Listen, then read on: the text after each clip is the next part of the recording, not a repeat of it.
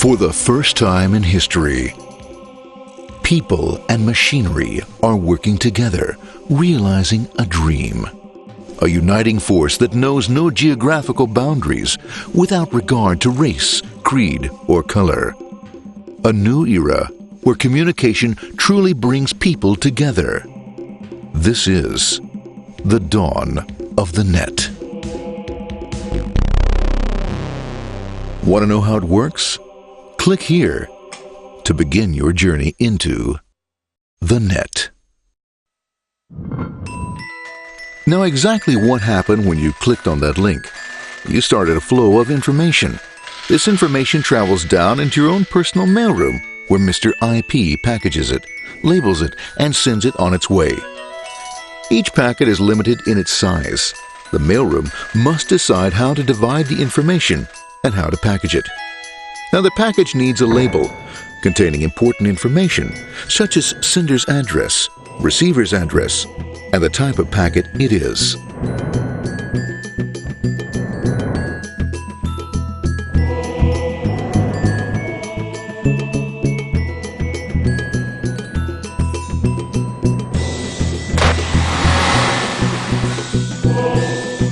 Because this particular packet is going out onto the internet, it also gets an address for the proxy server, which has a special function, as we'll see later. The packet is now launched onto your local area network, or LAN.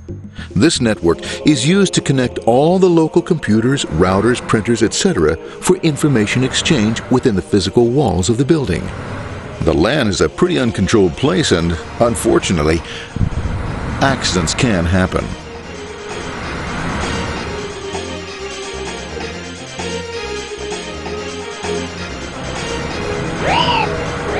The highway of the LAN is packed with all types of information. These are IP packets, Novell packets, Apple Talk packets. They're going against traffic, as usual. The local router reads the address and, if necessary, lifts the packet onto another network. The router, a symbol of control in a seemingly disorganized world. Whoops, sorry about that. Let's go with this one here, this one here. This one goes here, this one goes here. I don't like this one. Let's go with this one. Let's go here. A little bit this left. Let's go with this one here. Another channel here. Let's put that one here. Another one there. Let's put that one here. There he is, systematic, uncaring, methodical, conservative, and sometimes not quite up to speed. Sorry. But at least he is exact, for the most part. That's the one goes there. That one was there. That one was there. That one was there. And this one was there. Another one that was there. That was there. He's behind. That was there. That was there. He was there. Let's put that one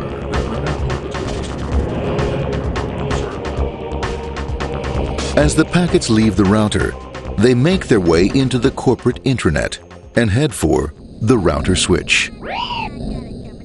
A bit more efficient than the router switch plays fast and loose with IP packets, deftly routing them along their way.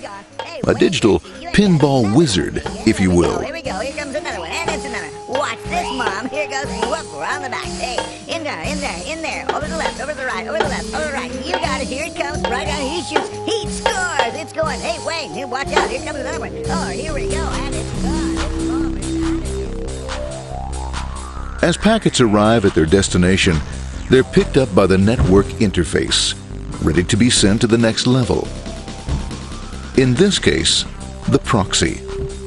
The proxy is used by many companies as sort of a middleman in order to lessen the load on their internet connection, and for security reasons as well. As you can see, the packets are all of various sizes, depending upon their content.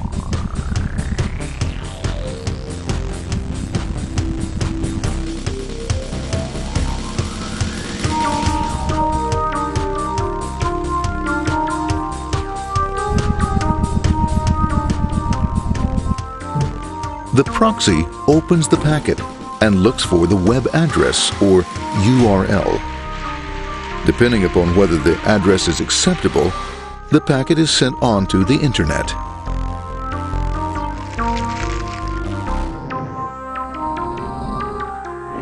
There are, however, some addresses which do not meet with the approval of the proxy, that is to say, corporate or management guidelines. these are summarily dealt with. We'll have none of that. For those who make it, it's on the road again.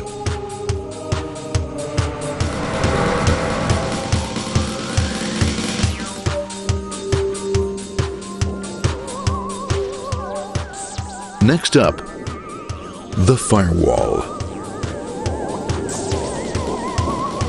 The corporate firewall serves two purposes. It prevents some rather nasty things from the internet from coming into the intranet, and it can also prevent sensitive corporate information from being sent out onto the internet. Once through the firewall, a router picks up the packet and places it onto a much narrower road, or bandwidth, as we say. Obviously, the road is not broad enough to take them all. Now you might wonder what happens to all those packets which don't make it along the way. Well, when Mr. IP doesn't receive an acknowledgement that a packet has been received in due time, he simply sends a replacement packet. We are now ready to enter the world of the Internet. A spider web of interconnected networks which span our entire globe. Here, routers and switches establish links between networks. Now, the net is an entirely different environment than you'll find within the protected walls of your LAN. Out here, it's the Wild West. Plenty of space, plenty of opportunities, plenty of things to explore and places to go. Thanks to very little control and regulation, new ideas find fertile soil to push the envelope of their possibilities. But because of this freedom, certain dangers also lurk. You'll never know when you'll meet the dreaded ping of death.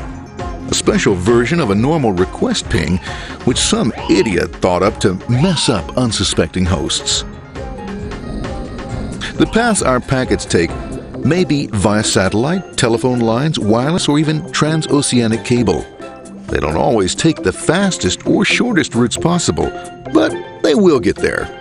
Eventually. Maybe that's why it's sometimes called the worldwide wait. But when everything is working smoothly, you can circumvent the globe 5 times over at the drop of a hat. Literally. And all for the cost of a local call or less. Near the end of our destination, we'll find another firewall.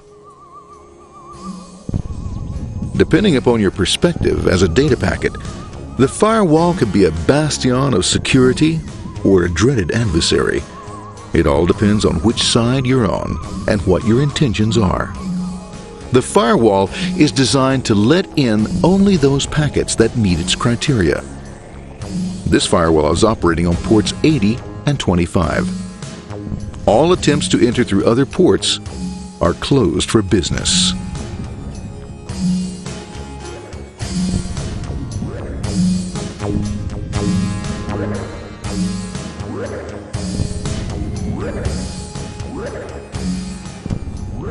Port 25 is used for mail packets, while Port 80 is the entrance for packets from the Internet to the web server. Inside the firewall, packets are screened more thoroughly.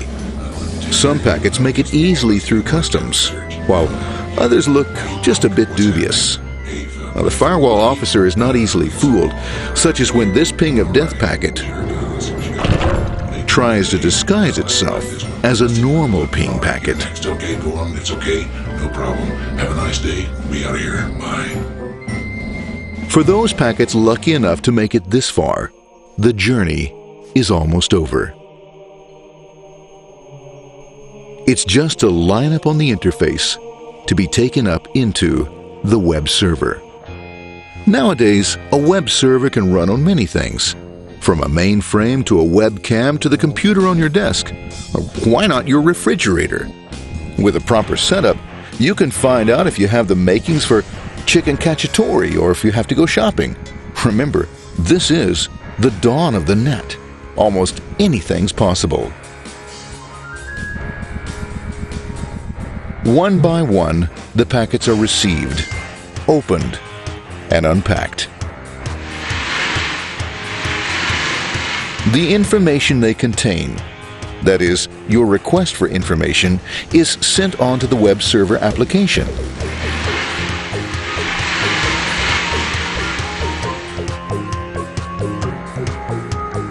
The packet itself is recycled,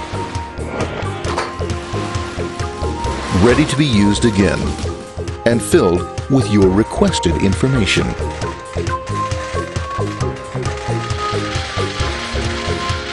Addressed and sent out on its way back to you. Back past the firewall, routers, and on through to the internet. Back through your corporate firewall.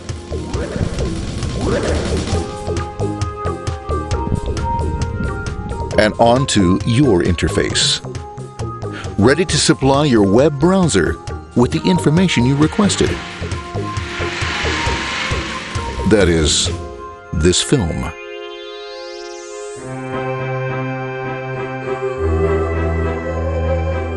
Pleased with their efforts and trusting in a better world, our trusty data packets ride off blissfully into the sunset of another day, knowing fully they have served their masters well. Now, isn't that a happy ending?